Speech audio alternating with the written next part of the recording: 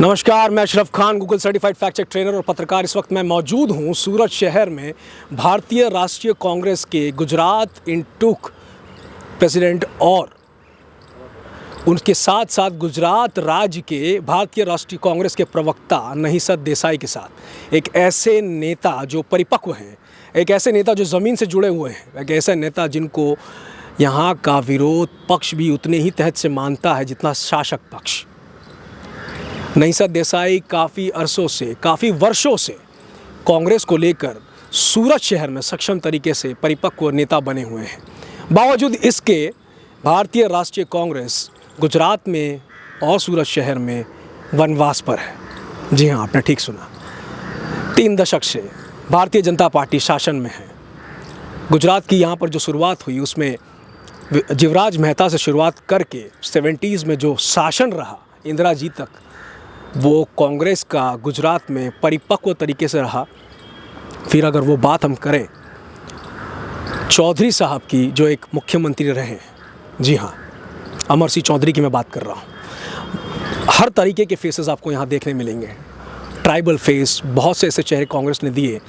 और कांग्रेस का आज नारा यही था कि कांग्रेस का काम बोल रहा है, और आज भी नारा वही है। कांग्रेस ने कार्य किए हैं, वो आज दिख रहे हैं। पर क्या कारण है, किस कारणवश कांग्रेस शासन में अब नहीं है, किस कारणवश राहुल गांधी भारत जोड़ो यात्रा जो दक्षिण भारत से शुरू करके ऊपर तक पहुंच रहे हैं, उसको अच्छे तरीके से देखा जा रहा है। दक्षिण भारत बहुत पॉजिटिव रिस्पांस दे रहा है। कर्नाटक हो, केरल हो, तमिलनाडु हो, लोग सड़कों पर उमड़ रहे हैं। एक हुजूम उनके साथ है जो साथ में चल रहा है, और भारत जोड़ो यात्रा को एक रेवोल्यूशन की तरह देखा जा रहा है। देखना ये होगा, गुजरात के विधानसभा चुनाव बिल्कुल मुँह पर है सामने। आचार संहिता लगने ही वाली है, बस थोड़े दिनों के भीतर दीपावली का भी पावन अवसर है। पर क्या भारतीय राष्ट्रीय कांग्रेस इज़ ऑल प्रिपेयर्ड?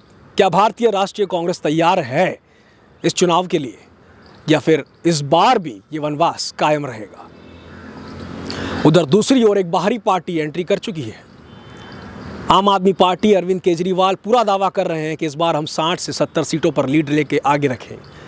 अगर ये मान लिया जाए तो ऐसा लगता है कि आम आदमी पार्टी प्लस कांग्रेस सरकार बनाने में कहीं ना कहीं सक्षम रूप से आगे रहेंगे। गुजरात में कहीं ना कहीं विभाजन, विभीतीकरण, समीकरण को बदलने में सक्षम रूप से आगे दिखाई दे रहा है। सर्वे भी यही कह रहे हैं। पर सच्चाई क्या होगी, ऊँट किस करवट बैठेगा, परिणाम ये बताएंगे। आइए बात करते हैं नहिसत देसाई जी से, उनके विचार क्या हैं कांग्रेस को लेकर के, आगे वो क्या सोचते हैं, ये जानने की कोशिश करते हैं। नमस्कार नहिसत। नमस्कार। आपको क्या लगता है, विधानसभा के चुनाव सामने, दीपावली का पर्व भी है, कांग्रेस का क्या संदेश है लोगों के लिए, और परिवर्तन कैसे आएगा? देखिए, पिछले 28 सालों से गुजरात में जो सरकारी संपत्तियां हैं वो बिक चुकी। गुजरात में कोऑपरेटिव मूवमेंट जो थी किसानों की, आम लोगों की, वो ख़त्म हो चुकी। गुजरात में जो डिसेंट्रलाइज, विकेंद्रित स्मॉल स्केल इंडस्ट्री GIDC के तौर पे थी, वो सब बहुत बुरी हालत में हो गई। तो ये जो सब हुआ है, और सबसे ज़्यादा 2 चीज़ बड़ी ख़तरनाक हुई। कांग्रेस पार्टी ने गुजरात में एजुकेशन और हेल्थ, शिक्षा और स्वास्थ्य दोनों को बहुत ही सेवा के तौर पे, और जिन्हें ज़रूरतमंद लोगों को, मतलब जो आर्थिक तौर पे कमज़ोर है, उन लोगों की सेवा के तौर पे एक इंफ्रास्ट्रक्चर खड़ा किया था कांग्रेस ने। एजुकेशन का, यूनिवर्सिटी का, कॉलेजेस का, हाई स्कूलों का, और गवर्नमेंट स्कूल का, और एजुकेशन में हर डिस्ट्रिक्ट में सिविल अस्पताल खड़ी करी थी। कमजोरी से पिछले 30 साल में भारतीय जनता पार्टी ने एक भी नई सरकारी अस्पताल, एक भी नई सरकारी कॉलेज खड़ी तो नहीं करी, लेकिन जो पुरानी थी कांग्रेस की, उसको भी प्रोफेशनलाइज कर दिया, कॉमर्शलाइजेशन कर दिया, और only rich people can take education and health facility, ऐसा एक ऑब्जेक्ट बीजेपी ने गुजरात में ज़बरदस्त तौर पे क्रिएट किया। तो ये मेन मुद्दा है कांग्रेस का लड़ाई का। और राहुल जी ने 8 प्रॉमिसेस जो किए हैं वो रियलिस्टिक प्रॉमिस है। ज़्यादातर एम्प्लॉयमेंट, हेल्थ और एजुकेशन के प्रॉमिसेस है, एग्रीकल्चर के प्रॉमिसेस है। तो ये है, तो ये मेन मुद्दा है कि हम लेके चल रहे हैं। और दूसरी बात कि गुजरात में जो सी फेस है, बहुत ही लंबा सी फेस है। कांग्रेस के शासन में कभी ड्रग्स का किसी ने नाम नहीं सुना था। गलत शराबियों के गलत बिजनेस थोड़े थे, कंट्रोल में थे, लेकिन बीजेपी के शासन में पिछले 10 साल में तो ज़्यादा गुजरात कंप्लीटली ड्रग्स एडिक्ट बन गया। और जो अल्कोहलिक बिजनेस, ये तो बिल्कुल चरम पथ पे चला गया। और गुजरात से पिछले 25 साल में इतने लोग गुजरात छोड़ के विदेश चले गए। तो ये कुछ शहरों का गोदी मीडिया का पब्लिसिटी स्टंट है डेवलपमेंट का। जो महात्मा गांधी का decentralization of the village area, upgradation, विकास, आर्थिक विकास, समानता, इक्वालिटी, ये बीजेपी ने ख़त्म कर दिया गुजरात में। तो ये सबसे बड़ा मुद्दा कांग्रेस के पास है और कांग्रेस इसी मुद्दों में चुनाव में जाएगी, लड़ेगी। परिणाम की परवाह नहीं है कांग्रेस को। कांग्रेस ने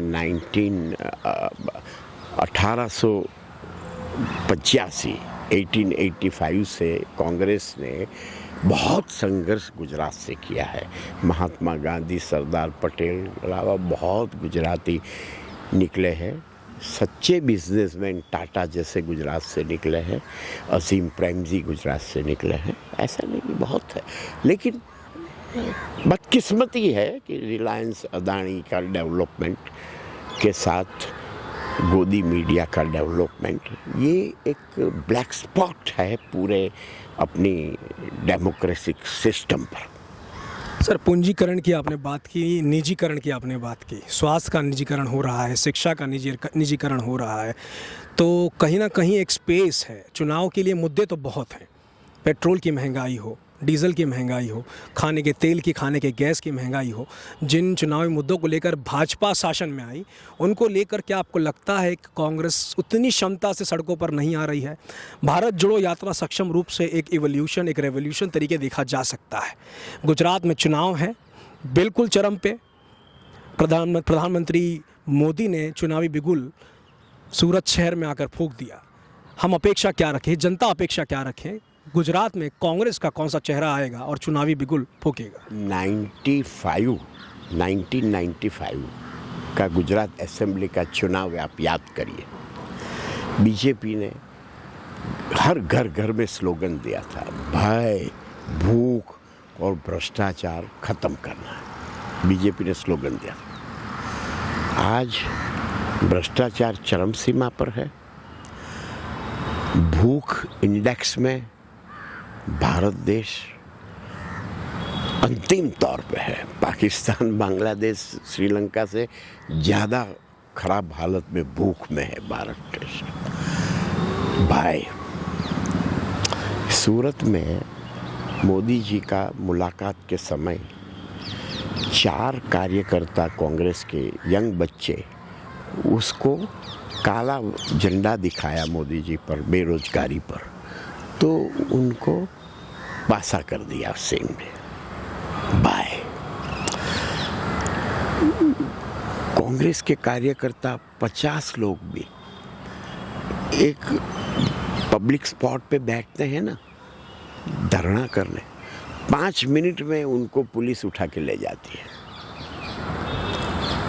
बाय, मीडिया हो या छोटे बिजनेसमैन हो या बड़े बिजनेसमैन, अगर कोई कांग्रेस पार्टी को सहायता करेगा तो उसका गला काट दिया जाता है। बाय तो बीजेपी ने तो 95 में बात क्या करी, और आज भाई भूख और भ्रष्टाचार को गुजरात में इतना फैलावा कर दिया। देखिए, शिक्षा और स्वास्थ्य ये ऐसी चीज़ है कि दुनिया के जो भी सक्सेसफुल कंट्री है उन्होंने अपनी बजट का 10% से ज़्यादा हिस्सा शिक्षा और स्वास्थ्य में लगाया है। 20% लगाया है, 10% लगाया है। गुजरात में 2% से ज़्यादा नहीं लगा पाए हैं, क्योंकि गुजरात के बजट का सारा हिस्सा मोदी जी के और मोदी जी की पर्सनल डेवलपमेंट में खर्चा जाता है। मोदी जी की सभा में डॉम बनाना हो, लोगों को, गवर्नमेंट एम्प्लॉइज़ को लाना हो, तो सारा गवर्नमेंट एक्सपेंडिचर से सारा मोदी जी का, बीजेपी का प्रचार प्रसार होता है। सरकार की सारी ऑफिसेस बीजेपी ऑफिसेस बना दी गई है। ये पॉलिटिकल पार्टी की मास ओपन ट्रांसपेरेंट डिक्टेटरशिप है। बीजेपी ने किया क्या है? बीजेपी ने ट्रांसपेरेंसी भ्रष्टाचार में करी है। आपका छोटा सा छोटा कानूनन काम हो, आपको बीजेपी दफ्तर जाके 10% ऑफिशियली जमा करना पड़ेगा, रिसीट लेनी पड़ेगी, फिर आपकी फाइल चलेगी। ये एक पॉलिटिकल डोनेशन तो विलिंगली होता है, अनकंडीशनल होता है। गांधी जी ने, सरदार पटेल ने भी पॉलिटिकल डोनेशन लिया था, विलिंगली, अनकंडीशनल। इसमें कोई भय या लालच नहीं होता है। बीजेपी ने उसको ट्रांसपेरेंट ओपन कर दिया। तो आज बीजेपी पार्टी की कैपिटल 100 नहीं 1000 टाइम बढ़ गई है। करोड़ों अरबों की एफडी हो गई है वो पार्टी के पास। उनके दफ्तर गांव गांव, मोहल्ले मोहल्ले में उनके दफ्तर हो गए हैं। चलो, बहुत बड़ा विकास हुआ है उनकी पार्टी का। तो इसके खिलाफ हमारी आत्मा की आवाज़ से हमारी लड़ाई वही बहुत है हमारे लिए। नहीं सर जी, हम कब समझे कि मतलब में गुजरात का विधानसभा चुनाव सामने है, तो आगमन प्रियंका गांधी जी का, राहुल गांधी जी का या सोनिया जी का गुजरात में कब होगा? जो चुनावी बिगुल मोदी जी ने फूका है, कांग्रेस की ओर से कौन? देखिए सर, राहुल जी पद यात्रा पे है। ये पद यात्रा विश्व के इतिहास में सबसे लंबी, सबसे विशाल पद यात्रा है। महात्मा गांधी जी की पद यात्रा डांडी से अहमदाबाद जो थी वो 360 किलोमीटर थी। राहुल जी की तो 4000 किलोमीटर से ज़्यादा है। मतलब ये पद यात्रा से राहुल जी आम जनता के बीच में एक शिक्षा देना चाहते हैं और शिक्षा लेना भी चाहते हैं। राहुल जी देना हो भी है, लेना भी है। क्यों ऐसा है कि बीजेपी के आने के बाद भारत की एकता को खतरा हुआ है। एकता को कैसे खतरा हुआ है? देखिए, भारत में जितने धर्म है, जितनी जाति है, जितनी भाषा है, इतने विश्व के किसी कंट्री में नहीं है। मतलब भारत इतनी विविधता है। अब भाषा, धर्म और जाति की एकता जरूरी है, यूनिटी जरूरी है। इसके लिए ये पद यात्रा है। हिंदुस्तान में हर राज्यों में कितनी भाषा है आप देख लीजिए। हिंदुस्तान में कितने रिलीजियन है, हिंदुस्तान में जाति, पेटा जाति कितनी है। तो इसकी एकता जरूरी है। ये पदयात्रा का मूल उद्देश्य है। दूसरा उद्देश्य ये है पदयात्रा का कि हिंदुस्तान में आज जो भयानक आर्थिक असमानता पैदा हुई है, जिन्होंने संविधान बनाया देश का, उन्होंने स्पष्ट किया था सबसे पहले कि संविधान का उद्देश्य केवल राजकीय स्वतंत्रता हासिल करना नहीं है। हिंदुस्तान का उद्देश्य राजकीय स्वतंत्रता से आर्थिक स्वतंत्रता, आर्थिक आज़ादी से आर्थिक समानता प्रस्थापित करना है। That is the main point, मूल ऑब्जेक्ट था। तो ये ऑब्जेक्ट बहुत ज़रूरी है। तो आर्थिक समानता भारत में प्रस्थापित करने के लिए ये पदयात्रा है। तो ये जो राहुल जी की पदयात्रा है, ये पूरे देश में है, गुजरात में नहीं है पदयात्रा, क्योंकि कांग्रेस पार्टी भी चाहती है और राहुल जी भी स्वयं चाहते हैं कि इसको राहुल जी पॉलिटिकलाइज चुनाव का मुद्दा बनाना चाहते नहीं है। मोदी जी हर मुद्दे को चुनाव का मुद्दा चलाना चाहते हैं, समझो। चाहे बिल्किस बानो के बलात्कारियों को छोड़ने का मुद्दा हो, उसको भी चुनावी मुद्दा बनाना चाहते हैं कि चुनाव के आगे बलात्कार करने वाले को छोड़ दीजिए, माफ़ कर दीजिए और उनका जाहिर रास्ते पे सम्मान करिए। तो ये मोदी जी का चुनावी मुद्दा है। पद यात्रा राहुल जी का चुनावी मुद्दा नहीं है, इसलिए वो गुजरात को टच नहीं कर रहे हैं।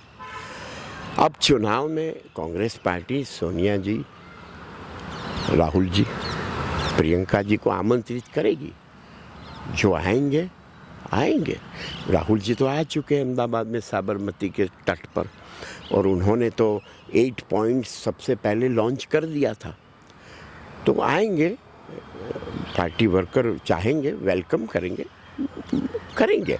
और आज आप एक बात लोग अपने दिमाग से भूल रहे हैं। भारत की कांग्रेस पार्टी एक ऐसी पार्टी है जिन्होंने ट्रांसपेरेंट, ओपन, सीक्रेट बैलेट से पार्टी प्रेसिडेंट का चुनाव 8 बार किया है।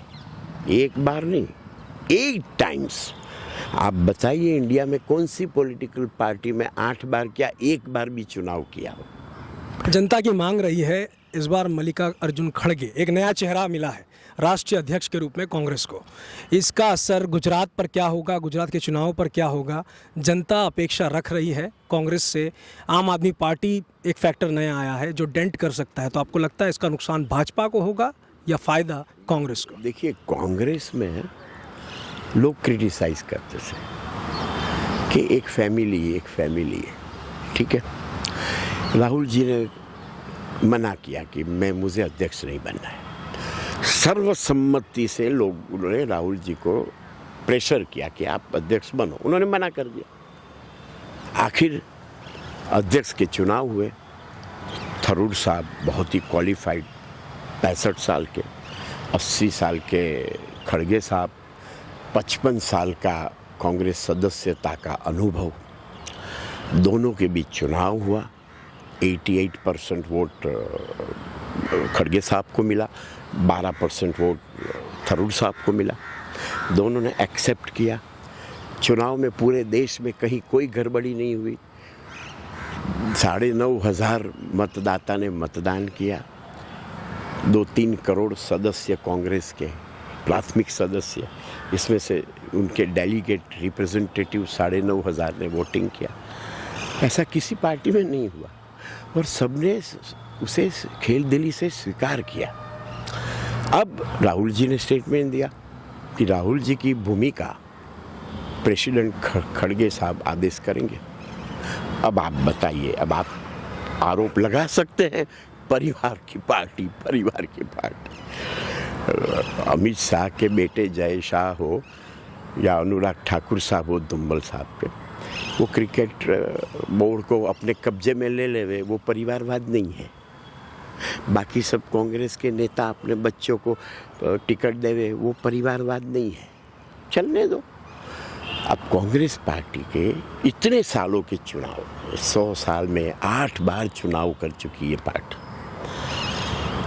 अब इस पार्टी को तकलीफ देने के लिए पिछली बार कॉरपोरेशन के चुनाव हुए। गांधीनगर में हमेशा फाइट कॉरपोरेशन में कांग्रेस बीजेपी के बीच में रही, ऑलवेज। इस बार क्या हुआ, अनफॉर्चुनेटली कांग्रेस को 25% वोट मिले, आम आदमी पार्टी को 20% वोट मिले गांधीनगर कॉरपोरेशन में रिजल्ट में। तो क्या हुआ, 40% वोट मिले बीजेपी को, शासन बीजेपी कर रही है। 45% वोट डिवाइड हुए। अब ये देखकर केजरीवाल जी को सपना आया कि हम भी अभी पूरे गांव में यही करेंगे, यही करने जाएंगे। क्योंकि केजरीवाल जी ने जो आंदोलन किया था, वो आंदोलन में सारे मोदी जी के भक्त, मोदी जी के लोग, आरएसएस के लोग आंदोलन के कार्यकर्ता थे, सहभागी थे, और तो कोई आंदोलन में था नहीं। केजरीवाल जी की कोई विरासत गुजरात में गुजरातियों की सेवा की तो है नहीं कोई।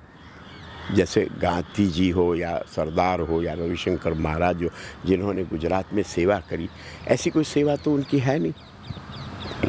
अब वो अपनी खुद की किडनी बेच के कितने लोगों को फ्री मुफ्त में भिखारी बना के बोगस वचन देंगे। जैसे मोदी जी ने बहुत बढ़िया वचन दिए थे कि डॉलर 25 रुपया होना चाहिए, 60 रुपया डॉलर।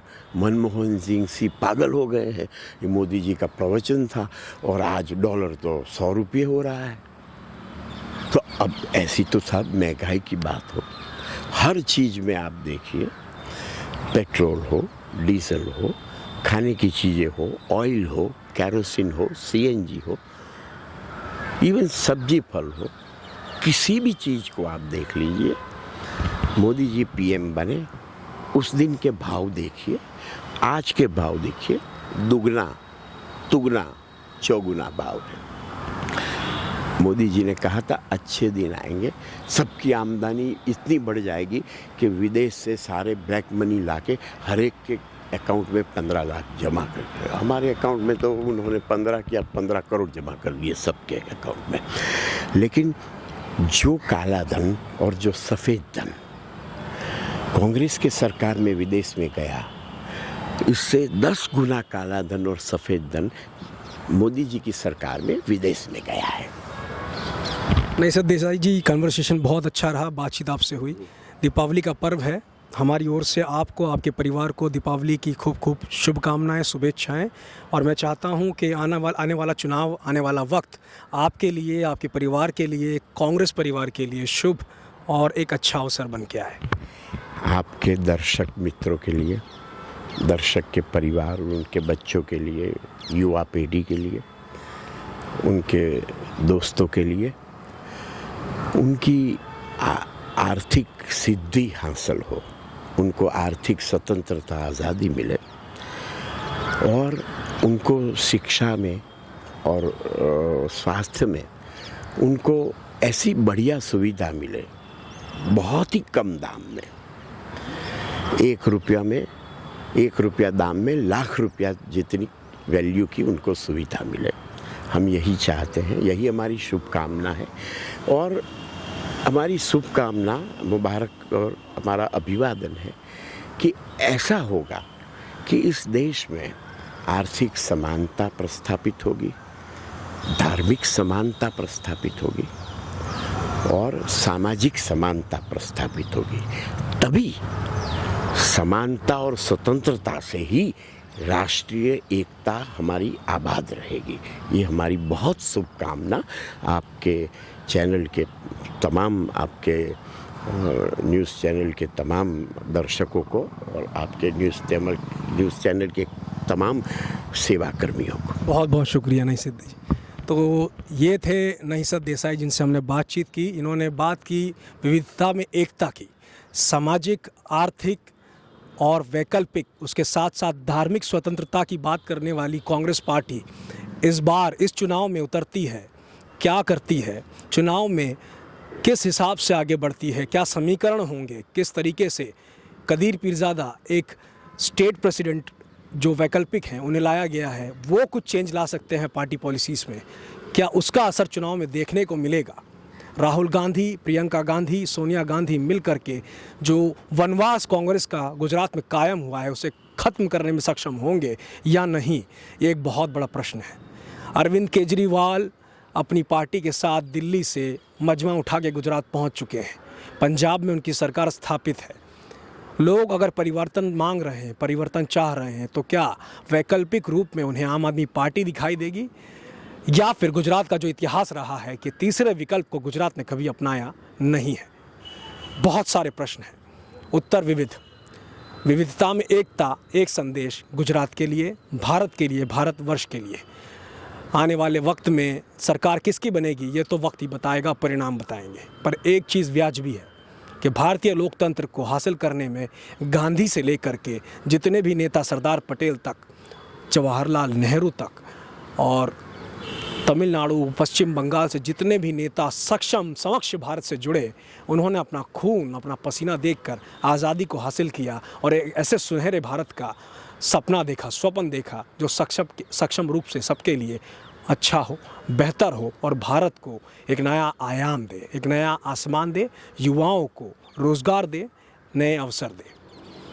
मुझसे बात करने का, मुझे सुनने का और देखते रहने का बहुत बहुत शुक्रिया। दीपावली की खूब खूब शुभकामनाएं, शुभेच्छाएं। नमस्कार।